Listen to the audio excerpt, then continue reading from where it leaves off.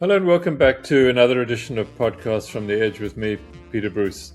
I'm flying solo this time, but this is a portentous week for President Cyril Ramaphosa, and I thought it might be better not to get anyone else involved in what I want to say. You'll remember about 7, 8 years ago or so, uh, Ramaphosa and his then Trade and Industry Minister, Ibrahim Patel, concocted a series of what they call South African investment conferences in a bid to gather a glittering audience in a room that the president could address with PowerPoint graphics and pledges supplied by Patel and the DTIC staff.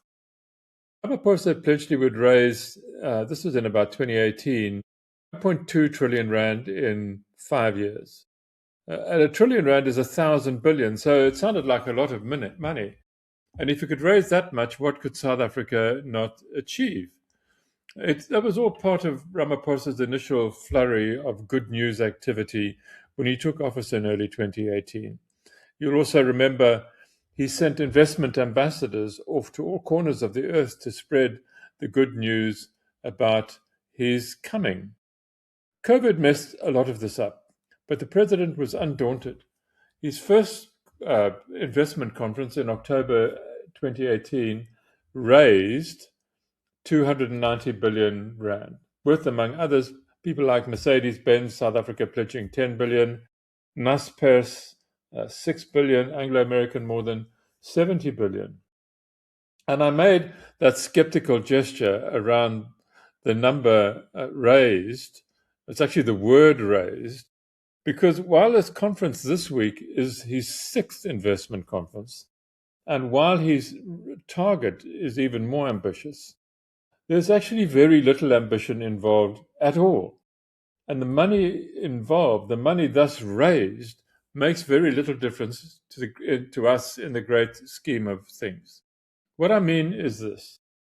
It's generally accepted that gross fixed capital investment, which is what Ramaphosa is chasing here, is a good thing. It's the fixed investment in things, in factories and houses and all sorts of concrete things that we can see, railway lines and airports. It's the fixed investment that creates a job, not someone buying our bonds or buying shares, in New York, but in the JSE. Though both of those are good things, but for other reasons. Conventional wisdom is that in order to grow 3% or more in terms of GDP, a country really needs to attract gross fixed capital investment of around 25% of its GDP. And the evidence of this is easy to find. The World Bank measures our gross fixed capital formation at the moment at around 15% of GDP. In 2024, the global average was 26% of GDP. So at 15%, we are in the loser group, really. We were there with Chad and Tunisia and Libya. And the point about economic growth is that it measures your ability to absorb your growing population in productive work of some sort. At 15% fixed investment, you're not moving the dial on growth at all. People are leaving school or university and going into unemployment. At 25%, you are moving the dial. At 30%, you seriously are. To calculate or measure the successes at these investment conferences, Ramaphosa would have his Trade and Industry Minister, now Parks Tau, contact as many companies as possible to see what it is that they might be investing in this particular year and write it down and put it into a presentation. And for the overwhelming part, they'll report a number that more or less matches their planned operational spend for the year. Money, in other words, they would have spent on maintenance or whatever, whether or not there was an investment conference at all. The big cheat in the annual investment conferences, though, is that Ramaphosa, and this is my opinion, knowingly and deliberately sets the investment target low. This makes him look good when it's reached. So take the first target, 1.2 trillion rand over 5 years. That means he was looking, if you divide it by 5, 1.2 trillion, you get to 240 billion rand a year. Our GDP then was around 380 billion rand a year. Dollars, I do apologize, $380 billion, which converted at the currency, at the exchange rate of the time, was around 4.9 trillion, right? 4.9 thousand billion rand. The 240 billion rand he was looking for to meet his target was less than 5% of that. A drop in the ocean, a sleight of hand designed to impress whoever, especially when the total raised reached, in fact, 1.5 trillion, which is a little better than he'd argued, but which still made no difference at all to the performance of the economy. But perhaps the first round was just practice. This time the target has been raised significantly. The 2026 conference marks a strategic transition from high-level planning to a focused phase of delivery, the presidency says on its website this week. The conference aims to mobilize investors as South Africa targets an additional 2 trillion in investment commitments over the next 5 years, building on the success of the first 5 conferences, which collectively secured 1.5 trillion in commitments, with over 600 billion already invested in the economy. Well, we will see. First of all, there's already some confusion because the presidency subsequently said the target was 2 trillion in 3 years to 2028, not 5.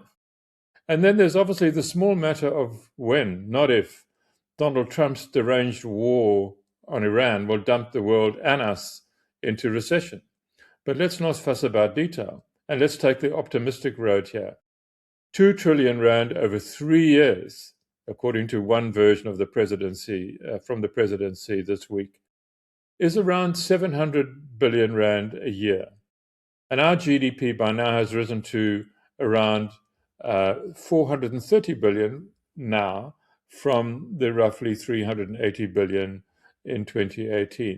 430 billion is around about 7.4 trillion rand. So Cyril is still chasing a fixed investment target of around 10% of GDP. It's much more ambitious than before, but even if my calculations are widely wrong, and he's going to get to 15, it isn't going to do us much good, or the unemployed much good. Where he expects the other 15% to come from, to add to his 10, and to get to 25 is a complete mystery. The only other wand he has to wave at the economy is transformation, but that merely changes the economy's color, not its size or what it does. I think the message here is not to get too excited about investment pledges, although you'll be hearing a lot about them in the next couple of days. And it's also worth remembering that as this investment conference gets underway, a large slice of our productive hard economy, the production of ferrochrome for use in our steel industry and for export to the world, is on the very brink of collapse this very week. If by Wednesday, April 1, Eskom is unable to guarantee the last few remaining ferrochrome smelters or furnaces a viable electricity tariff, they will all shut down, meaning that of the 59 furnaces we had operating 20 years ago, none will be left. We will now dig up the chromite rock buried under our feet and load it unprocessed on a ship, probably for China. The industry and Eskom have been negotiating for 4 months, and the smelter operators already have redundancy programs poised should Eskom not meet its end of the month deadline. It's so close. There's a day left, really. Those notices would put about 35,000 South Africans out of work. The tragedy here is a complete inability to make industrial policy around our strengths.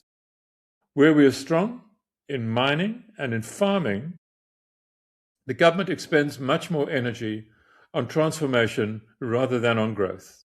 No new mine shafts here have been sunk in more than a decade.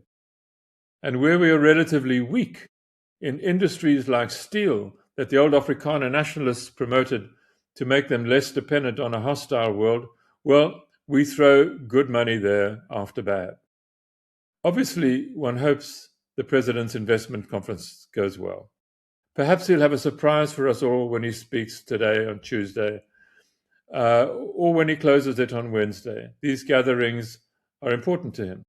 Maybe his surprise will be to announce agreement on electricity tariffs for the ferrochrome smelters. That would be great, because it's a lot harder to start a new business than save an operating one. But somebody really has to take our industrial policies in hand. The state has way too many businesses on life support at the moment, and the politics are about saving jobs rather than cornering industries we may be good at and then growing them. Well, that's it from me this week. Short and sweet. Thank you for listening, and I'll be back next week. Until then, keep well and stay safe. Bye-bye.